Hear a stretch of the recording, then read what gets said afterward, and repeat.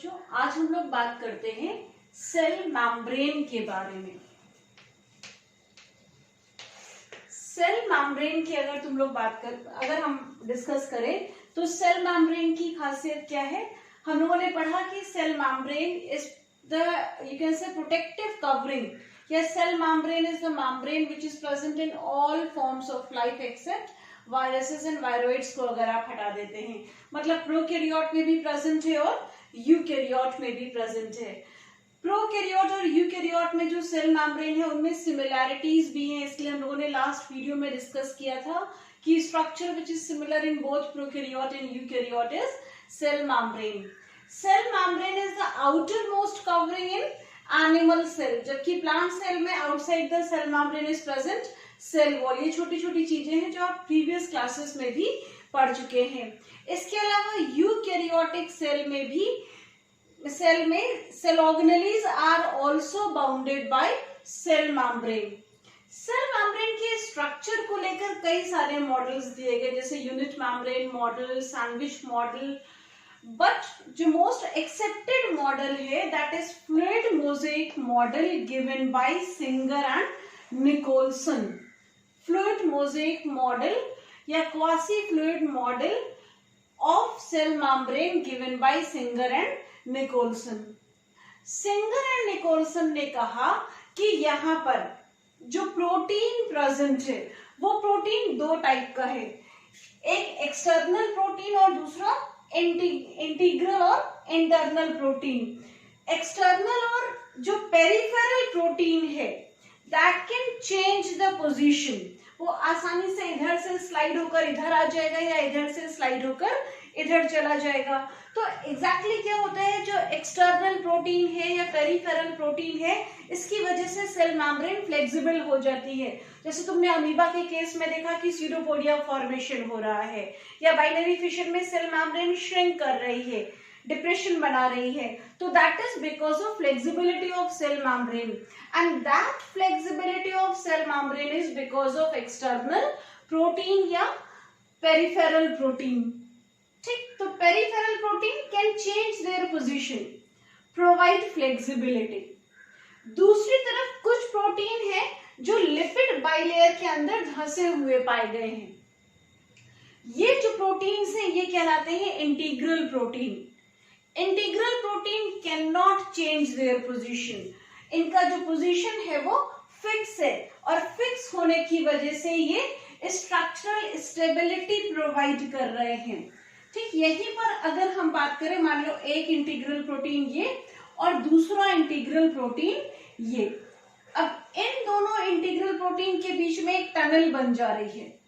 तो integral protein क्या करते हैं, टनल्स का फॉर्मेशन करते हैं, पाथवे का फॉर्मेशन करते हैं, जिसकी वजह से चीजें can easily transfer from one side to other. तो they are also helping in making of tunnel. ठीक, तो प्रोटीन दो लेयर है प्रोटीन की इन फ्लूइड मोज़ेक मॉडल या in structure of cell membrane, एक आउटर लेयर ऑफ प्रोटीन और दूसरा इनर लेयर ऑफ प्रोटीन। और प्रोटीन भी दो टाइप के हो गए, एक्सटर्नल प्रोटीन और इंटरनल प्रोटीन। एक्सटर्नल प्रोटीन की खासियत क्या है, they can change their position which is providing flexibility. Internal protein की खासियत क्या है, they are fixed, they cannot change their position, जिसकी वजह से वो उसको स्ट्रक्चरल स्टेबिलिटी प्रोवाइड कर रहा है। Plus it is also helping in making of tunnel, in making of pathway, because of which substances from one side of membrane can easily come inside the membrane. Clear? अब हम बात करते हैं lipid की।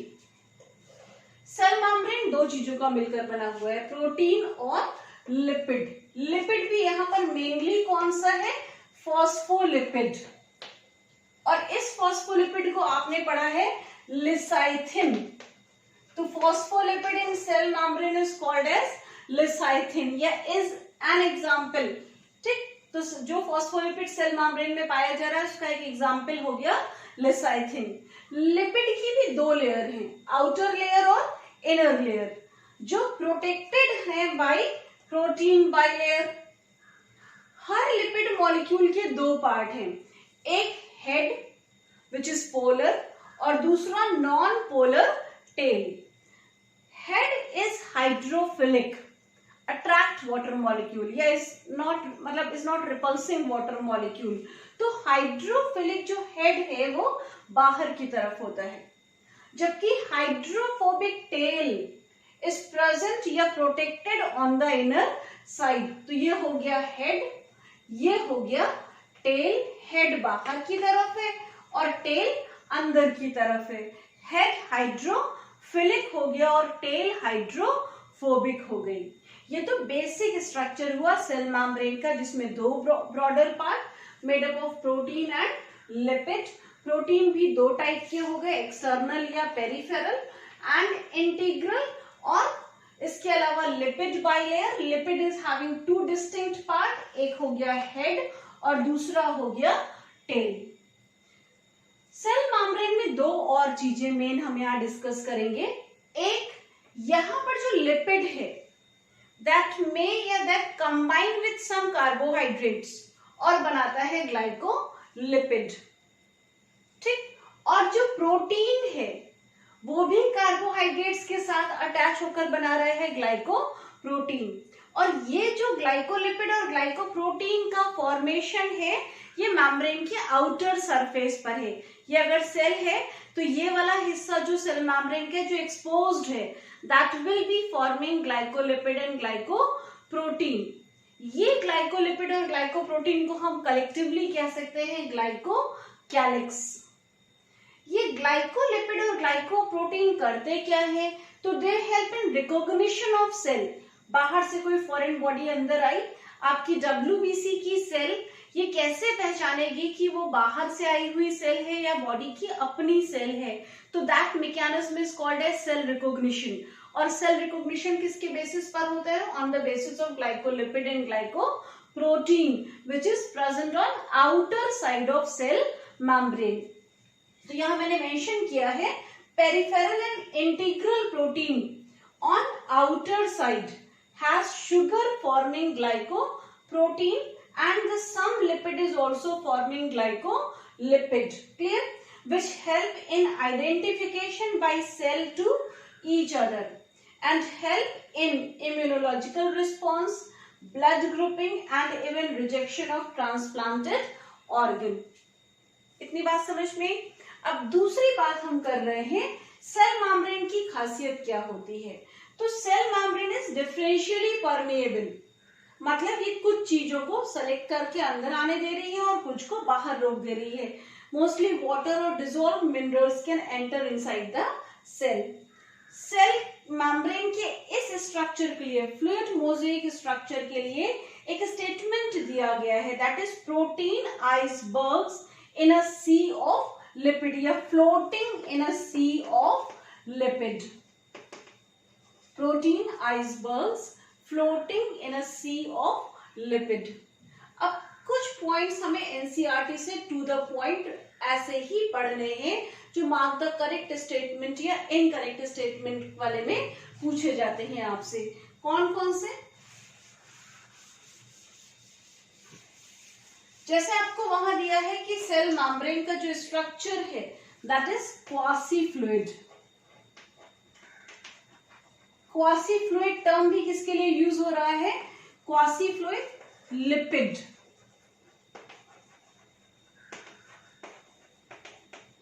Help to float protein. वैसे तो हम लोगों ने कहा कि सेल मेम्ब्रेन का जो बेसिक स्ट्रक्चर है that is similar in all living organisms. Difference lies in composition of lipid and protein। जैसे ह्यूमन के केस में, ह्यूमन RBCs में लिपिड का कंसंट्रेशन कितना होता है, तो lipid is 40% and protein is 52%। Cell membrane में कुछ कोलेस्ट्रॉल भी पाया जाता है और कोलेस्ट्रॉल केवल यूकैरियोटिक सेल मेम्ब्रेन में होगा, प्रोकैरियोट में नहीं होगा। Cholesterol is more stable then phospholipid, तो अगेन ये क्या कर रहा है, इसको स्टेबिलिटी प्रोवाइड कर रहा है, स्ट्रक्चरल स्टेबिलिटी प्रोवाइड कर रहा है। तो पहली चीज, सेल मेम्ब्रेन में क्वासी फ्लूइड टर्म यूज करते हैं, सेमी फ्लूइड मतलब फ्लेक्सिबिलिटी की बात कर रहे हैं। ये flexibility is because of lipid and external protein जो इजीली फ्लोट करके अपनी पोजीशन को चेंज कर सकता है, या जिसकी वजह से structure of cell membrane change हो सकता है, वो एक्सपैंड हो सकती है, वो श्रिंक हो सकती है, ठीक। या इसी के लिए हम टर्म यूज करते हैं फ्लूइडिटी। अब फ्लूइडिटी की वजह से क्या हो रहा है, बाइनरी फिशन में डिप्रेशंस बन रहे हैं। फ्लूइडिटी की वजह से क्या हो रहा है, cell can easily grow. Fluidity की वजह से क्या हो रहा है, एंडोसाइटोसिस हो रहा है या एक्सोसाइटोसिस हो रहा है। तो different functions of cell membrane are mainly because of fluidity. कौन कौन से फंक्शंस हो गए, तो फंक्शंस में पहला काम तो यही हो गया, it is making protective covering.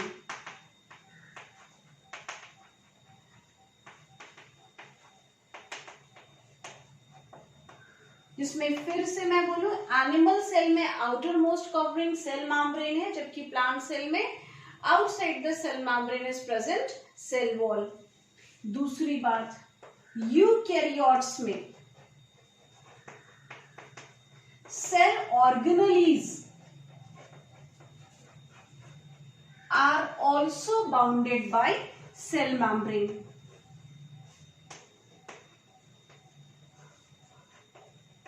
ये तो कॉमन पॉइंट हो गया। मेन बात हमें मेडिकल के लिए क्या याद रखनी है, organelles which are not bounded by cell membrane. इसमें तीन, एक राइबोसोम, दूसरा न्यूक्लियोलस और तीसरा centriole. These are not bounded by cell membrane. इसके अलावा सेल के अंदर चीजों का आना या सेल के बाहर चीजों का जाना, तो movement across the cell membrane. If something is coming inside the cell, आपको पता है उसको हम कहते हैं endocytosis. If something is going out the cell, तब हम इसको कहते हैं exocytosis. This is also because of fluidity of cell membrane.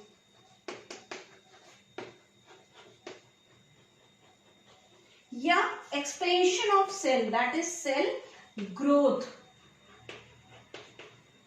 और even cell division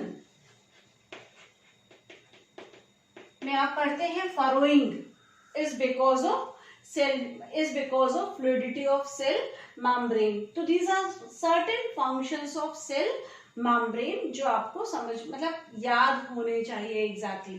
Clear? Cell membrane theoretical question के लिए 5 नंबर का important question है.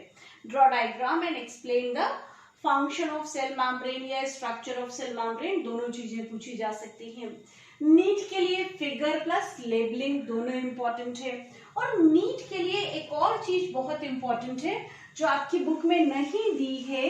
यहां पर हम टर्म यूज कर रहे हैं फ्लिप फ्लॉप मूवमेंट। ये एक बार पहले आ चुका है। फ्लिप फ्लॉप मूवमेंट क्या होता है?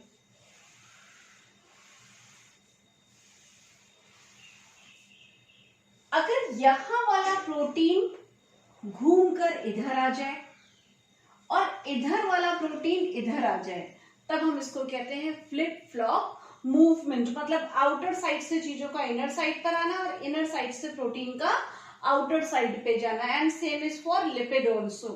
But flip flop movement not possible in protein.